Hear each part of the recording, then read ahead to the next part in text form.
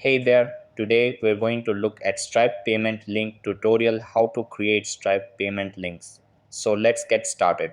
First open your web browser and go to stripe.com. Over here, click on the sign in button at the top right corner. After that, enter your email and password. Then click on sign in to access your dashboard. Then once you're signed in, go to the home tab. Over here, click on payments. After that, click on payment links. Then click on the option to add product. Over here, enter the product name, description, and price. Then select any payment options you want, and if needed, click on advanced options to adjust settings. After that, set the call to action as pay. Then click on create link. Over here, you will see your payment link.